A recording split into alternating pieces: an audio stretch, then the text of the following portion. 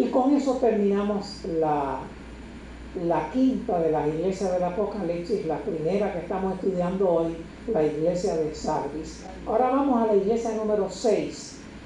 La segunda que vamos a estudiar hoy es la iglesia de Filadelfia. De eso se habla en Apocalipsis 3, del 7 al 13. La iglesia de Filadelfia. Y el destinatario se menciona en Apocalipsis 3, 7. El destinatario de esta carta es el ángel de la iglesia de Filadelfia.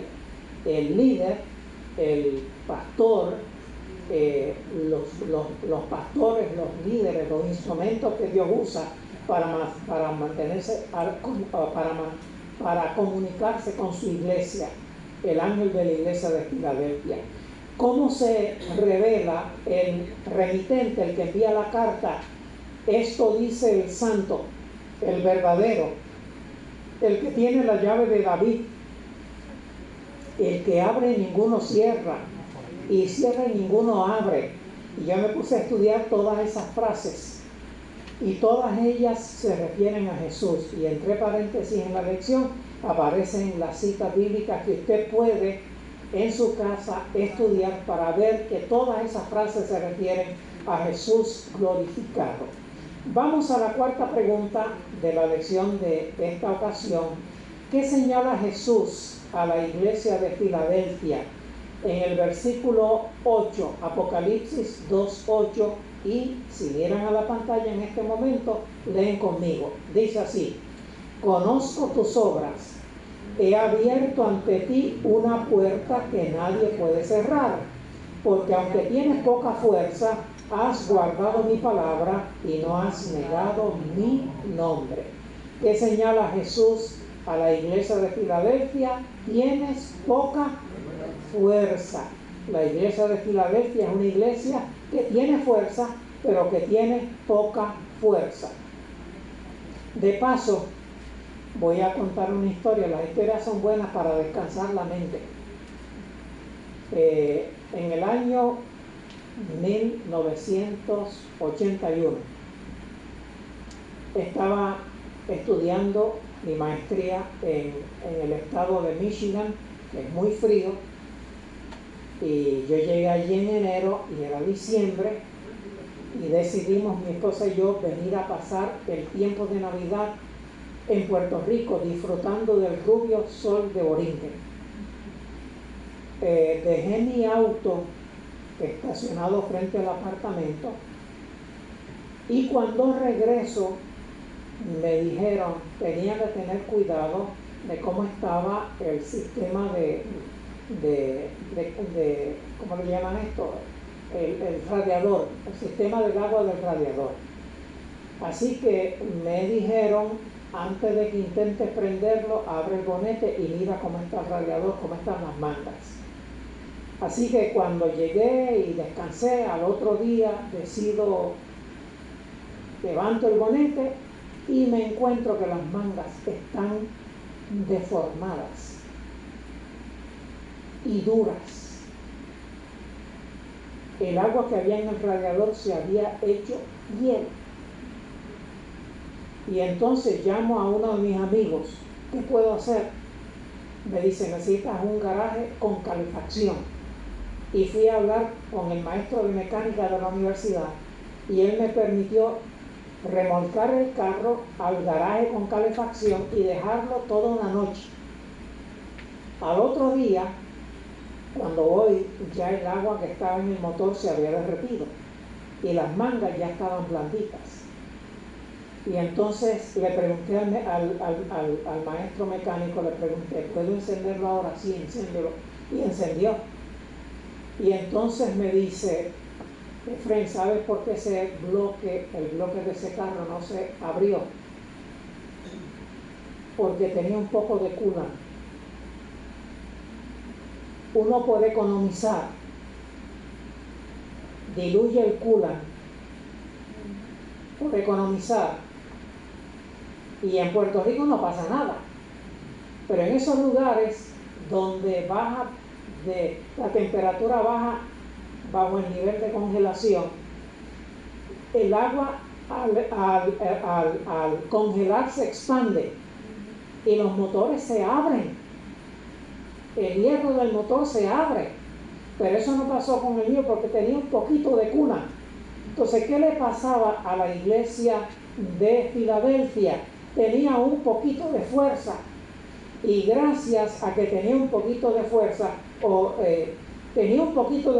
gracias a que había guardado la palabra de Dios y no había negado su nombre. Era una iglesia que había guardado la palabra de Dios y que no había negado su nombre, había dado testimonio, tenía un poco de fuerza. No tenía toda la fuerza que tenían los hermanos de la iglesia de Esmirna, pero tenían un poco de fuerza. Por eso Jesús les abrió una puerta que nadie puede cerrar. Les abrió una puerta que nadie puede cerrar. ¿Qué significa esa puerta que Jesús le abrió a la iglesia de Filadelfia? ¿Qué significa esa puerta abierta?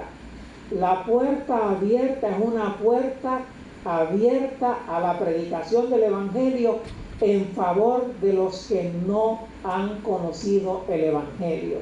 Entre paréntesis, dos citas que demuestran que esto es lo que significa la puerta abierta. Es la puerta de la fe. El apóstol Pablo en una ocasión dijo, no puedo ir a Jerusalén, me quedo en Éfeso porque hay una puerta abierta. Tengo la oportunidad de predicar el Evangelio y no puedo desaprovecharla. Esa es la puerta abierta. A la iglesia de Filadelfia se le abrió una puerta para que predicaran el Evangelio a los que todavía no lo habían alcanzado.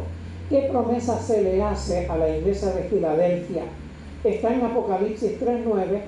En la pantalla está el texto. Les invito a que lo lean conmigo. Yo te entrego de la sinagoga de Satanás a los que dicen ser judíos y no lo son, sino que mienten. Los obligaré a que vengan y se postren a tus pies y sepan que yo te he amado. ¿Qué promesa le hizo Jesús glorificado a la iglesia de Filadelfia? Yo te entrego de la sinagoga de Satanás a los que dicen ser judíos y no lo son. Y la palabra que llena el blanco es son. S-O-N. Yo te entrego de la sinagoga de Satanás a los que dicen ser judíos y no lo son. Esta promesa habla de éxito en la evangelización, inclusive de profesos cristianos. Deben saber que esta promesa anticipa la conversión de católicos al protestantismo. Recuerden que el catolicismo es anterior al protestantismo. Los protestantes surgen en el 1517 y esta promesa dice que muchos católicos aceptarían la fe protestante. La iglesia protestante se nutrió al principio mayormente de católicos. Martín Lutero era católico y casi todos los reformadores eran católicos. Ellos, estos que se hicieron protestantes, rechazaron los postulados de su antigua iglesia. Adoptaron la Biblia como autoridad suprema y única en materia de fe y práctica. ¿Qué creían ellos antes? Que la iglesia era la que decía lo que uno tenía que creer y practicar. ¿Qué aprendieron gracias a los reformadores? Que es la Biblia la que dice lo que nosotros debemos creer y practicar. Así que muchos católicos se unieron a la fe protestante porque adoptaron a la Biblia como la única regla de fe y práctica.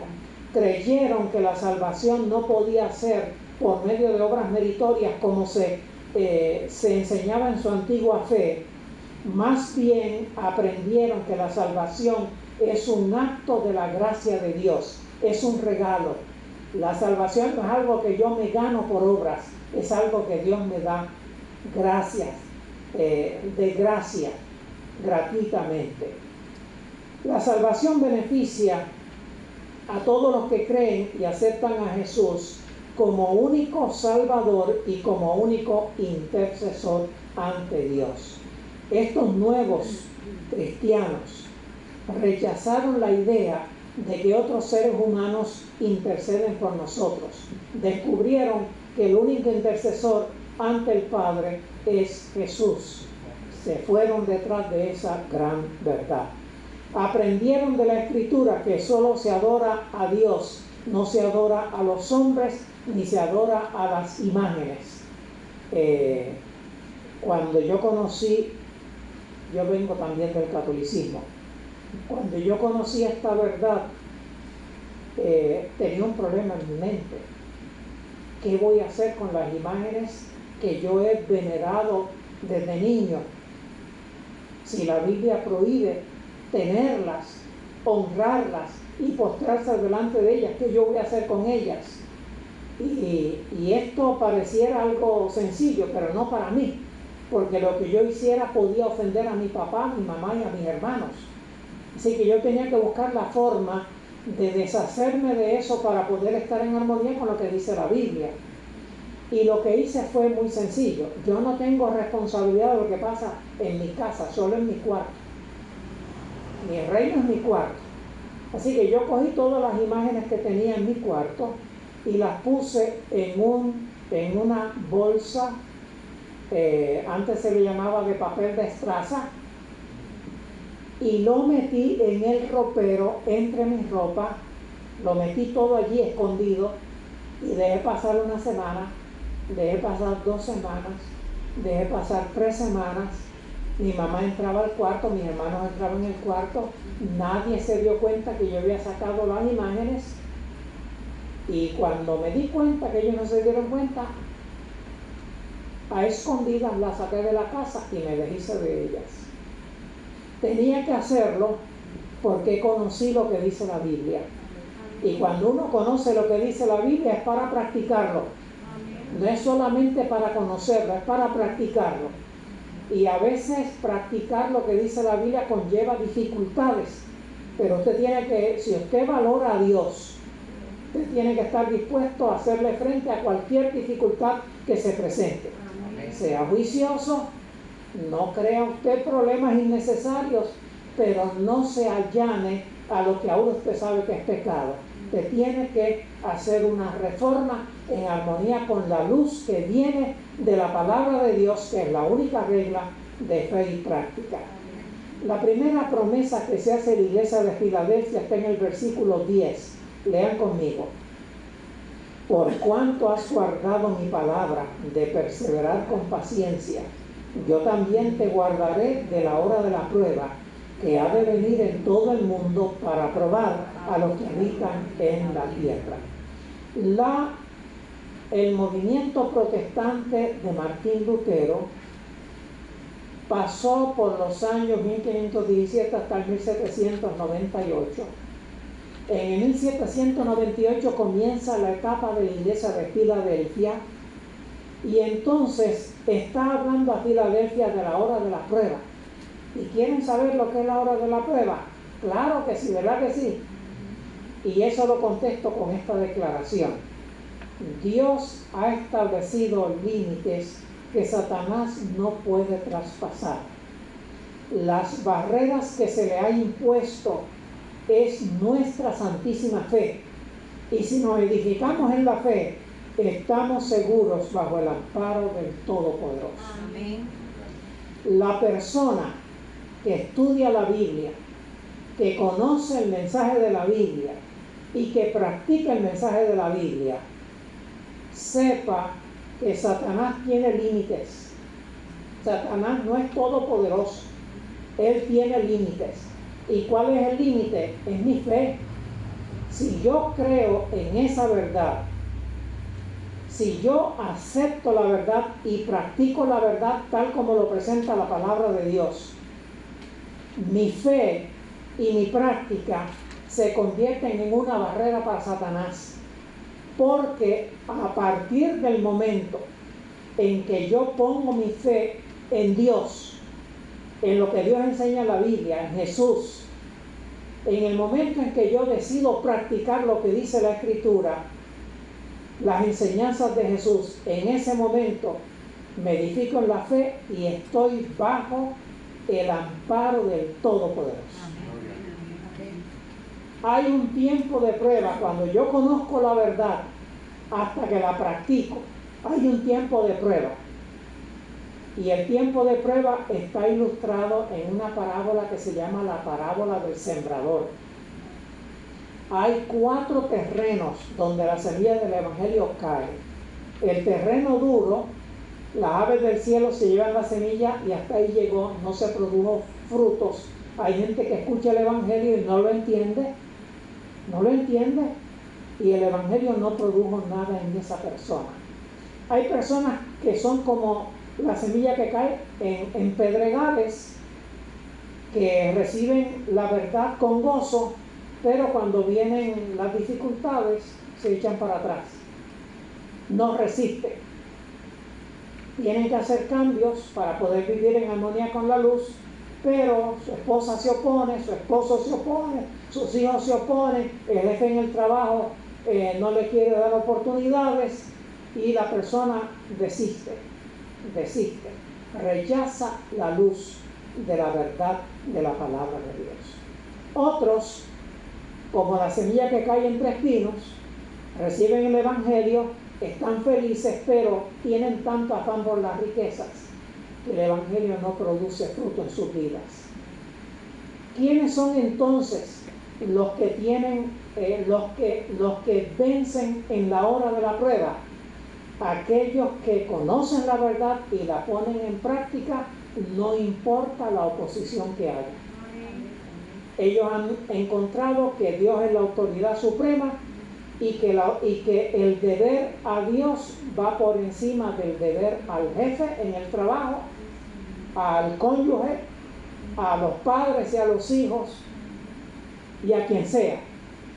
Esos son los que vencen en la hora de la prueba. ¿Qué recomendación se hizo a la iglesia de Filadelfia?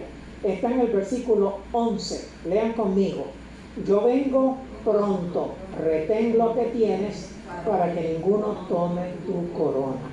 Entonces, ¿cuál es la recomendación que se le hizo a la iglesia de Filadelfia? Retén lo que tienes. Retén lo que tienes. Lo que tienes, reténlo. Reténlo. No cedas. Lo que has logrado, lo que has alcanzado, manténlo. No te desprenda de eso. Retén lo que tienes para que ninguno tome tu corona. En la medida en que se te dé, reténlo. No pierdas tu corona. Las preciosas promesas de Jesús a los fieles de Filadelfia son 2. Están en el versículo 12 y en el versículo 13. Dice así: primera promesa, al que venza, le haré columna en el santuario de mi Dios y nunca más saldré fuera. El que venza estará en el santuario de mi Dios. La segunda promesa, escribiré su nombre, escribiré sobre él el nombre de mi Dios. Pondrá como sello sobre esa persona el nombre de Dios. Pondrá también el nombre de la ciudad de mi Dios, la Nueva Jerusalén, que desciende del cielo, enviada por mi Dios. Tendrá el derecho de morar en la ciudad de Jerusalén nueva. Y finalmente pondré sobre él también mi nuevo nombre. Aquí tengo 4 preciosas promesas que Dios hace a los fieles de Filadelfia. 4 preciosas promesas. El que tiene oídos, oiga lo que el Espíritu dice a las iglesias. La iglesia de Filadelfia representa el período de la iglesia entre el año 1798 y 1844. ¿Qué pasó en el 1798? El papado, que persiguió a los cristianos bíblicos durante 1260 años, perdió su poder temporal. ¿Y qué pasó en el año 1844? Comenzó a cumplirse la profecía sobre la purificación del santuario en preparación para el regreso de Cristo. En cumplimiento de Daniel capítulo 8, versículos 13-14, en cumplimiento de esa profecía, en el 1844 comenzó la purificación del santuario, comenzó el juicio previo al regreso de Cristo, el juicio que determina quiénes entre los cristianos profesos verdaderos han sido verdaderos cristianos. ¿Cuál es la mayor contribución que ha hecho la iglesia de Filadelfia? La mayor contribución tiene que ver con la distribución de la Biblia y con el movimiento de misioneros. Entre 1798 y 1844 ocurrieron un montón de cosas interesantes. Ejemplo, en el 1804 se organizó la Sociedad Bíblica Británica y Extranjera. ¿Con qué propósito? Reproducir Biblias y distribuir. En otras partes de Europa se organizaron sociedades bíblicas similares con el mismo propósito. En el 1816 se organizó la Sociedad Bíblica Americana con el mismo propósito. En las postrimerías del siglo XVIII, la obra de las misiones en el extranjero se extendió rápidamente, después que el Papa perdió su poder temporal. La iglesia protestante dio puertas abiertas para enviar misioneros y Biblias a todas partes de la tierra. Lo que Dios usó para abrir puerta a la palabra fue, en primer lugar, los adelantos de la imprenta. En segundo lugar, el incremento de los medios de comunicación entre los países. En tercer lugar, la supresión de las barreras del prejuicio y del exclusivismo nacional. Y en cuarto lugar, la pérdida del poder temporal del pontífice de Roma. Estas cuatro cosas hicieron que la iglesia en el periodo de Filadelfia se disparara a llevar el evangelio al mundo y a distribuir Biblias por todas partes de este planeta. Y con eso llegamos a la última de las 7 iglesias, la iglesia número 7, la iglesia de la Odisea, la tercera que vamos a estudiar hoy, y que de ella se habla en Apocalipsis 3, 14 al 22. El mensaje a la iglesia de la Odisea. En el capítulo 3, versículo 14, se dice quién es el destinatario, a quién se envía esta carta. Se envía al ángel de la iglesia en la Odisea y se menciona quién es el remitente. El remitente se describe a sí mismo como el Amén, el testigo fiel y verdadero y el origen de la creación de Dios, y se refiere a Jesús glorificado. Es Jesús el que envía cada una de las 7 iglesias. Pregunta número 7.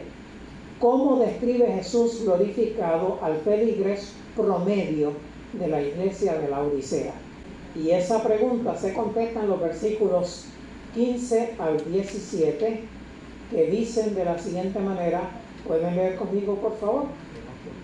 Conozco tus obras, que ni eres frío ni caliente. Ojalá fueses frío o caliente. Porque eres tibio, ni frío ni caliente, estoy por vomitarte de mi boca. Tú dices, yo soy rico, estoy enriquecido y nada necesito. Y no conoces que eres un cuitado y miserable, pobre, ciego y desnudo. Contestamos la pregunta. ¿Cómo describe Jesús al feligres promedio de la iglesia de la Odisea? Dice que ni frío ni caliente, sino tibio. Ni frío ni caliente, es tibio. En segundo lugar, ¿qué dice? Aunque creía no necesitar nada, Jesús dice que es un cuitado y miserable, pobre, ¿qué más? Ciego, esa es la palabra que llena el blanco, ciego y desnudo. La palabra que llena el blanco es ciego.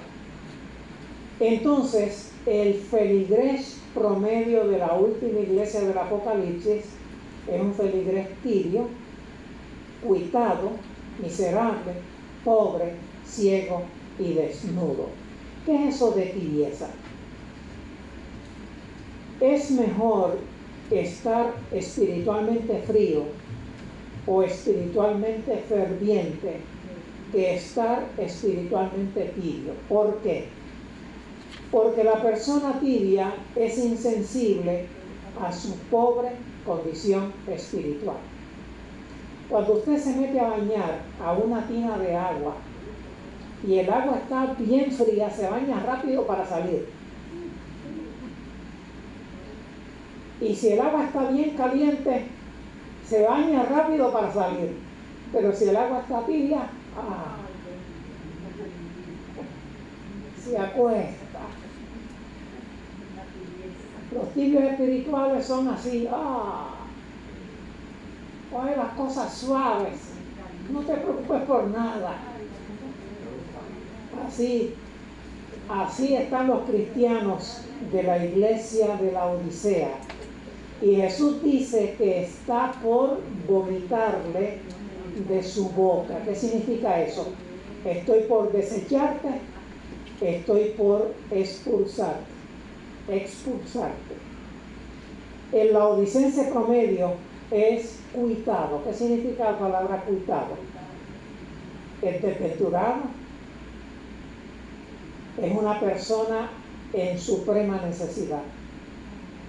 Estamos hablando de los cristianos de la iglesia de la Odisea. Son desventurados, son personas en extrema necesidad. Son miserables. ¿Qué significa eso? Canallas. Son canallas. Son pobres. ¿Qué significa eso? No tienen recursos. Son ciegos. ¿Qué significa eso? Están privados de la vista, andan a tientas. Es como si no conocieran la verdad, andan a tientas. Piensan conocer la verdad, pero realmente no la están practicando. Y es desnudo. ¿Qué significa que sea desnudo? Alguien que debe avergonzarse de ser visto en una condición. Los otros días mi esposo y yo íbamos a visitar a una paciente en el Hospital San Lucas. Y cuando vamos a entrar al hospital, frente a nosotros va una dama que por alguna razón la falda, el borde de la falda se le quedó pinchado con el elástico de la ropa interior. Así que se le veía la ropa interior y el muslo y la pierna completa. Y yo le digo a mi esposa, nena, mira, y mi esposa se fue corriendo para avisarle.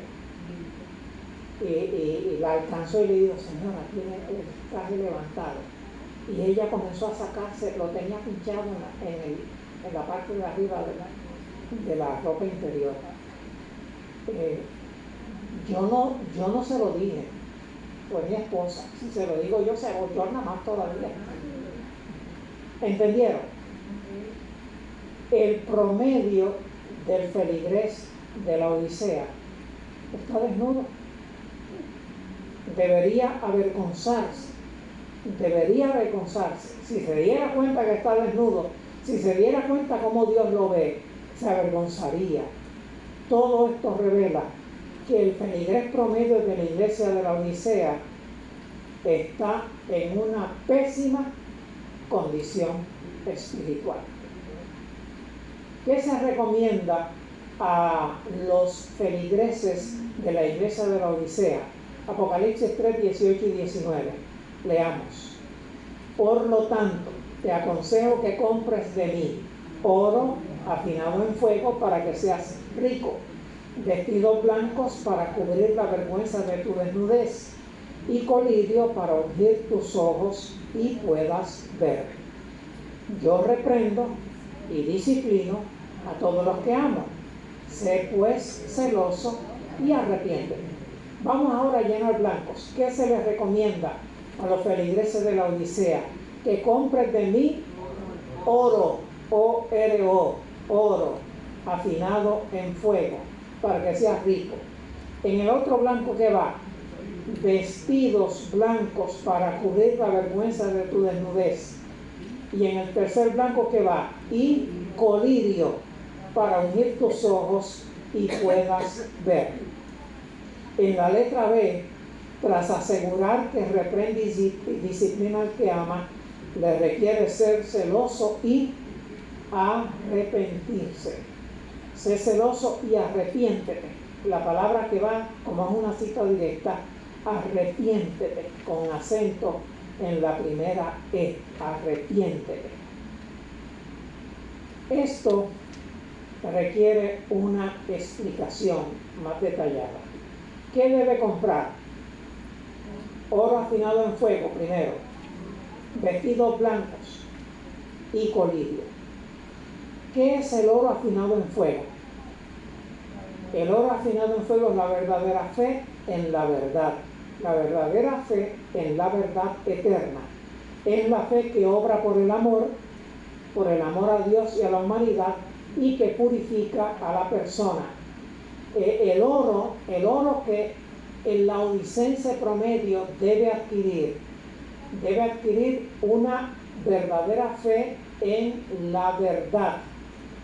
Esa fe verdadera se manifiesta en obras de amor. Ama a Dios, ama al prójimo, lo manifiesta con sus obras y su vida se purifica como resultado de esa fe en acción. Yo me propuse hace mucho tiempo que por donde yo pase el mundo debe quedar mejor.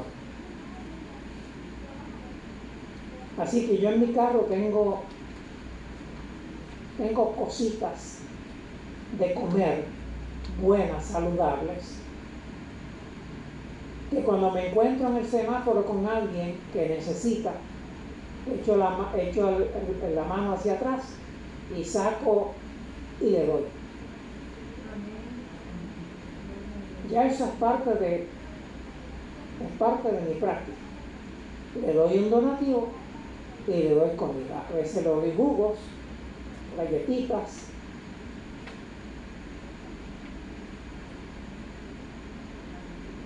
De mi sueldo, de los ingresos que yo recibo, además de sacar el diezmo y de sacar la ofrenda, yo me he propuesto sacar una partida para ayudar.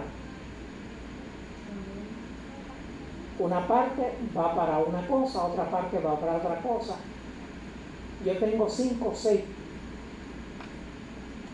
que ayudo con mi dinero. Y no es porque me sobra.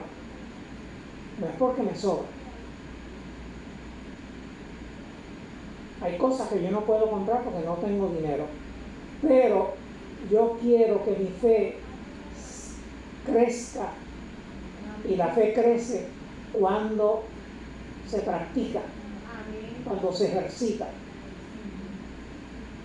Por lo tanto, yo me sacrifico dando de mi dinero y me quedo necesitando algunas cosas que por fe Dios me suple. Yo suplo a otro y Dios me suple a mí.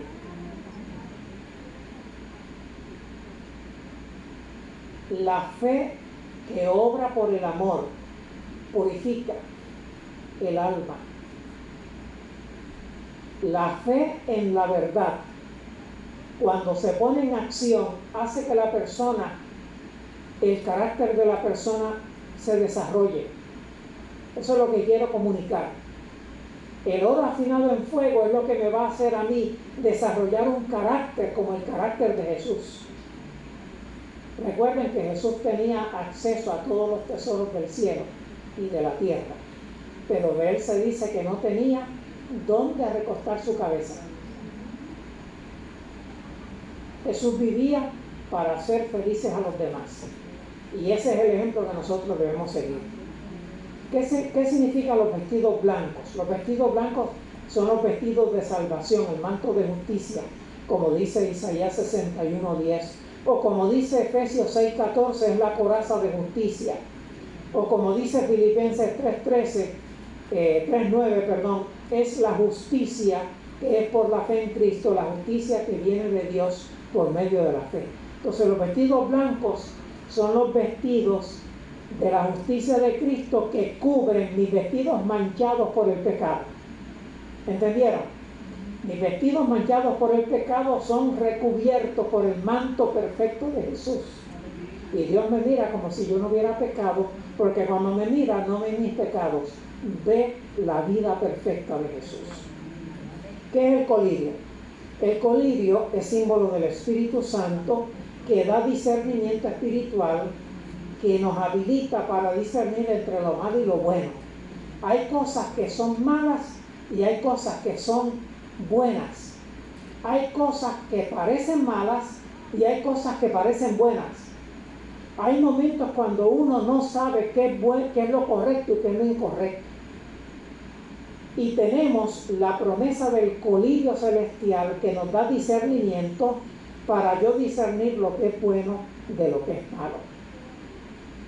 El Espíritu Santo que nos da ese discernimiento también nos guía a toda verdad. ¿Qué implica arrepiéntete? Esa orden, arrepiéntete. ¿Qué implica eso? ¿Debemos arrepentirnos de qué? De nuestra tibieza. Debemos arrepentirnos de nuestra tibieza. Debemos despertarnos para ver nuestros males, para buscar nuestros pecados y arrepentirnos celosamente de ellos.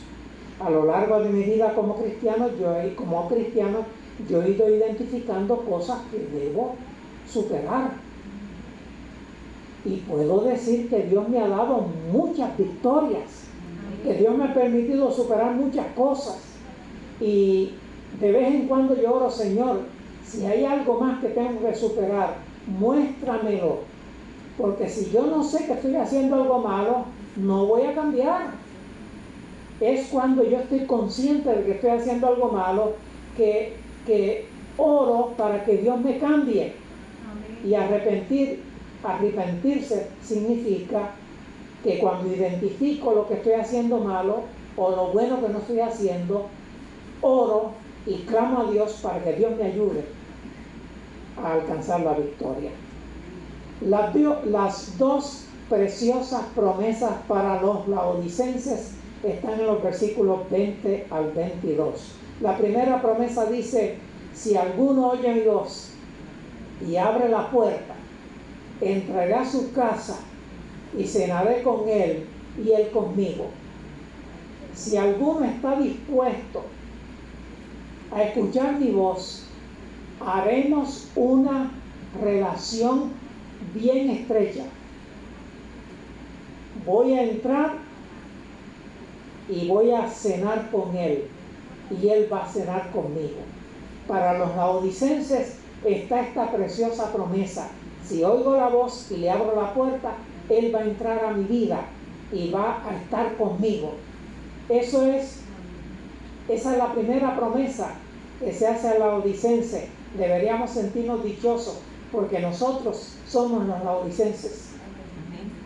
La segunda promesa: al que venza la tibieza, le daré que se siente conmigo en mi trono, así como he vencido y me he sentado con mi Padre en su trono. Al que venza, le daré que se siente conmigo en mi trono, como yo he vencido y me he sentado con mi Padre en su trono. La iglesia de la Odisea representa el período actual de la iglesia, desde el año 1844 hasta que Cristo regrese a esta tierra. ¿Qué pasó en el año 1844? Se inició el proceso de purificación del santuario, mencionado en Daniel 8, 13, 14 y 26, que también se conoce como el juicio previo al regreso de Cristo. El regreso de Cristo es el momento cuando Jesús vuelve a la tierra para llevar con él a sus fieles seguidores. En Mateo 24, versículos 11 al 13, pido que lean conmigo. Dice así: se levantarán muchos falsos profetas y engañarán a muchos. Y por el aumento de la maldad, el amor de la mayoría se enfriará. Pero el que persevere hasta el fin, ese será salvo. ¿Será este mensaje apropiado para la Odisea? Sí, es muy apropiado. Se nos advierte que se levantarán falsos profetas y engañarán a muchos. Yo creo que este tiempo, a principios todavía del nuevo milenio, es el tiempo de los falsos profetas y de los falsos apóstoles. Hay seres humanos que ya se atreven a autoproclamarse apóstoles y apóstolas. Hay personas que se atreven a reclamar eso, o que se atreven a reclamar que son profetas de Dios o mensajeros de Dios. Se levantarán falsos profetas y engañarán a muchos. Este es tiempo de muchos engaños. Además de los engaños de los falsos profetas, el aumento de la maldad. ¿Está aumentando la maldad? ¿Sí o no? Claro que sí. ¿Y cuál es el problema del aumento de la maldad? Que el amor de muchos se enfría. ¿Sí? No voy a la iglesia de noche porque hay mucha criminalidad. No voy a visitar a la gente para llevarles el mensaje cristiano porque hay mucha gente mala. El aumento de la maldad no debe cohibirme de cumplir la tarea que Dios me encomendó. Debo identificar a los falsos apóstoles y rechazarlos. Y debo irme por encima de la maldad y mantenerme fiel al Señor, haciendo lo que el Señor quiere que yo haga. Conocer la verdad, practicar la verdad y compartir la verdad. El que persevere hasta el fin, ese será salvo. ¿Hasta qué fin? Hasta que Cristo venga o hasta que llegue el día de la muerte. Mis queridos, hemos estudiado hoy los mensajes a las iglesias de Sardis, Filadelfia y la Odisea. Debemos tener alguna reacción a esto. Si no hemos perdido casi hemos perdido el tiempo. ¿Qué reacción yo espero de ustedes? La siguiente: elijo creer en Jesús, aceptarle como único Salvador y único intercesor ante el Padre, arrepentirme de mi tibieza, de mis pecados, volver a la doctrina cristiana apostólica y permanecer en ella. Eso es lo que yo sugiero. Y si usted lo acepta, si usted decide eso, ponga su firma ahí, como yo puse la mía. Hoy, día 25 de octubre del año 2019. Hoy, 25 de octubre del año 2019. ¿De qué vamos a hablar en la próxima reunión? Apocalipsis 4. Ese va a ser el tema de la próxima reunión. Pero antes de despedirnos de ustedes, queremos hacer una oración, y en la oración vamos a decirle al Señor lo que hemos leído esta noche, por la gracia de Dios. Les invito a que nos pongamos de pie y oremos. Amado Padre, en esta noche elegimos creer en Jesús. Elegimos aceptar a Jesús como nuestro Salvador. Elegimos aceptar a Jesús como nuestro único intercesor ante el Padre. Elegimos arrepentirnos de nuestra tibieza del pasado o de nuestros pecados abiertos del pasado. Elegimos volver firmemente a la verdad eterna, a la doctrina cristiana apostólica que está en la palabra de Dios, de la que posiblemente nos descuidamos en lo pasado. Hoy decidimos volver a ese camino y permanecer en él. Y te suplicamos, Señor, que por los méritos de Cristo Jesús, el Espíritu Santo nos sea concedido para que logremos eso que nos hemos propuesto. Lo pedimos en el nombre de Jesús. Amén.